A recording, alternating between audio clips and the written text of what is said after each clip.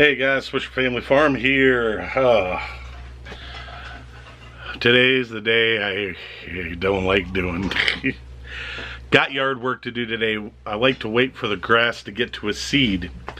And once that grass gets to a seed point, I like to cut it, and that puts it back into the soil. I never bag this stuff. I always mulch it back into the soil. It does wonders for it. On this video, you're going to see some areas, and at the end, I'll talk about those areas of where I'm cutting at, so that way you guys get an idea of what's going on. But yeah, today's one of those days. You know, I will say I'm pretty thankful that me and being a neighbor down the way west, we got kind of like a co-op thing going with us. That, you know, he bought a mower. And I did try to do this a couple of times with a push mower, but my pasture is too big to do with a push mower, especially when it's 98 degrees out and you're dying. Even if I start in the morning, I won't be done with this thing probably until 2-3 o'clock in the afternoon using a push mower. So luckily, Wes and me, we have something worked out because we can't afford to buy a mower. I don't have $5,000 to drop on a lawnmower. We just got done paying for the power and everything else. And you know, a mower, a decent mower, is going to cost you running anywhere from $4,000 to $6,000, and that's just for a zero-turn mower. That's not for a tractor with a brush hog on it. Now, these pastures you're seeing me cut today are the pastures that we're going to put the sheep in. There's a couple areas that I'm going to have to go in. I'm going to have to fix because none of the work was finished. When I had the dozer here, the dozer did what it had to do because it was having overheating problems because the water pump was going bad in it. And when they finally got the water pump open, they got to see the propeller blades in them. 3 of them were rusted away. So it wasn't pushing enough water through the radiator to keep the dozer cool. So we pulled it, and hasn't been back since, and hasn't finished it. So it looks like I'm going to be the one that has to finish it. So you're going to see some areas in the pasture. There's some low spots and some high spots. And what I'm going to do is I'm going to grab a skid steer. We had a dozer here about a month and a half ago clearing out for poles and stuff, and for somebody else who lives down the ridge. What they're going to do is they pushed a lot of dirt up in areas, and what I'm going to do is I'm going to skim that dirt that they pushed up into piles because they're not going to be using it. It's just going to sit there. I'm going to take that, I'm going to fill in all my holes that I have on my pasture and around the house to refreshen the dirt and everything. I also have some chicken stuff in our, well, it's about 2 years old now, is our compost pile of chicken poop, and then we got another one that's a year old of compost pile of chicken poop, and I'm going to use some of that, or what's left of that, to fertilize some areas that we're going to seed, because that's great for seeding. For now on, what I've been doing is, because we're in the process of working on the greenhouse and we don't know where we want to exactly have our forever compost piles, we've been cleaning out the chicken coop, and any of the bare spots that I've seen, I have thrown the wood chips and the poop down there, and the grass is flourishing. I mean, it's just going crazy. So that's a plus. I'm not wasting it. Because we don't have a compost pile doesn't mean I can't spread it through everything else and get everything else to grow right. Well, I'm going to get on that mower, get out there and start cutting. So we'll see you at the end.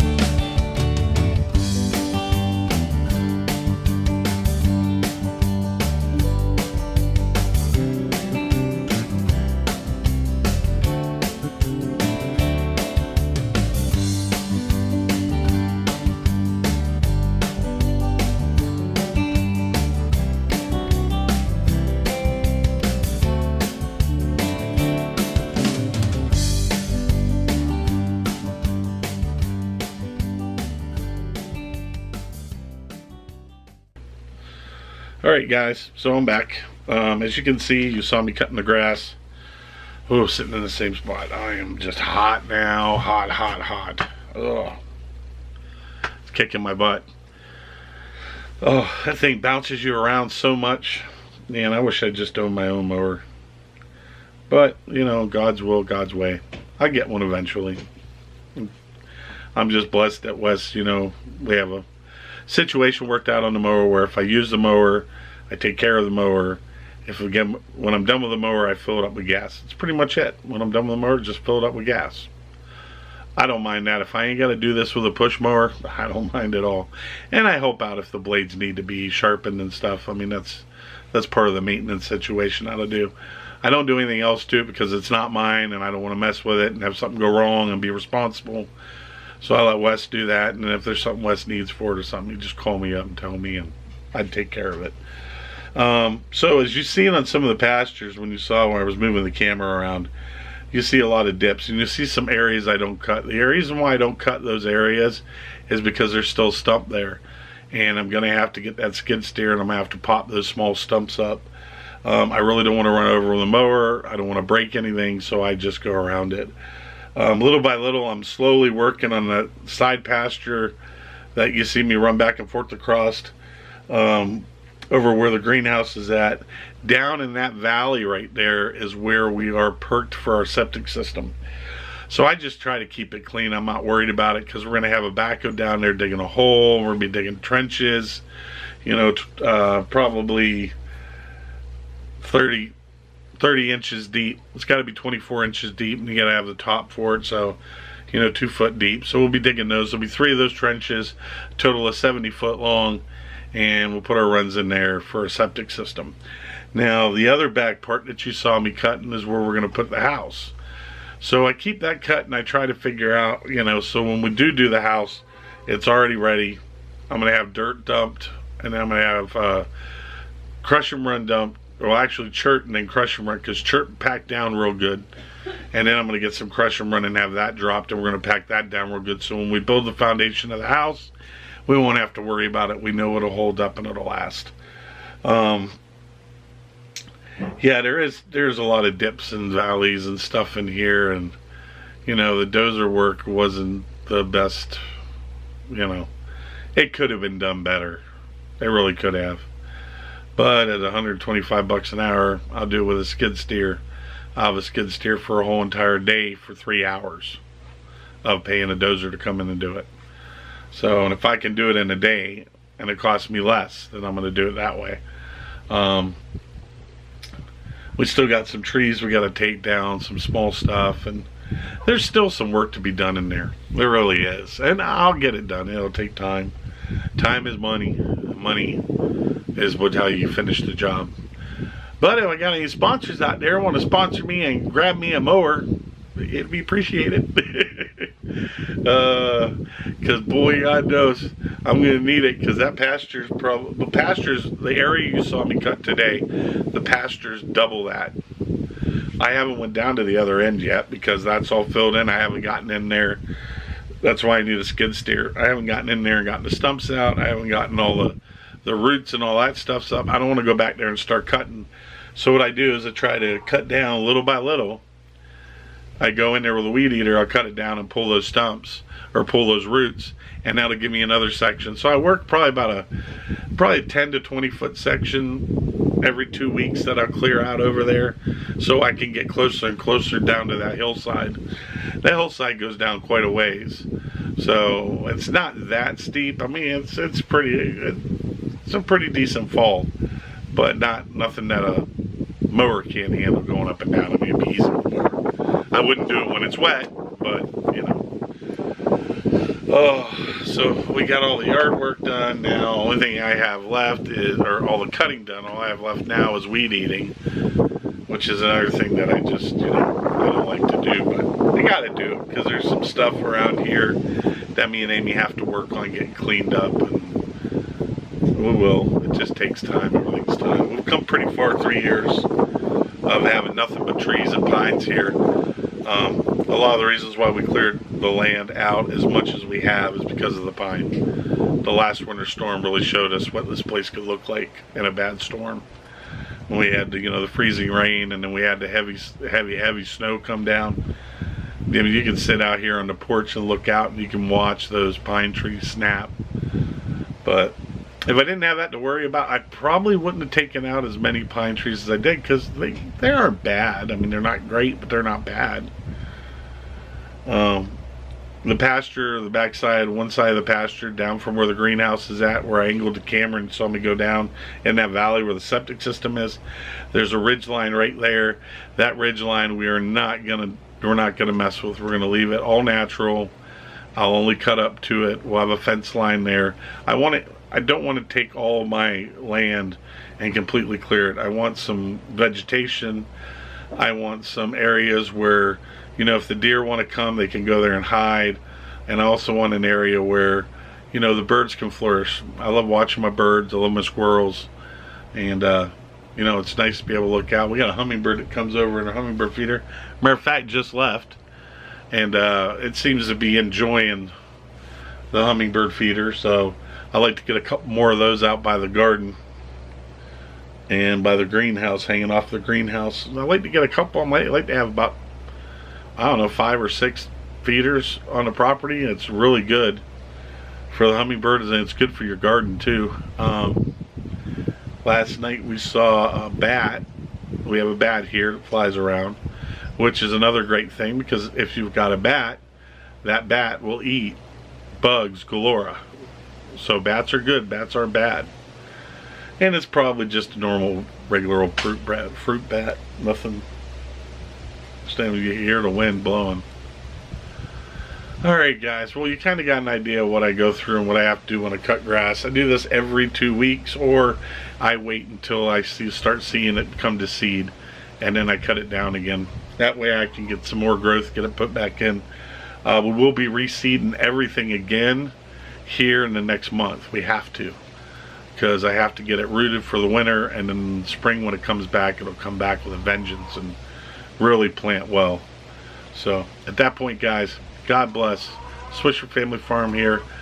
Don't forget, hit that subscribe button, that like button, and don't forget the bell. I hope you all enjoyed the beer cheese recipe I gave you, and until next time, I'll see you then. Bye.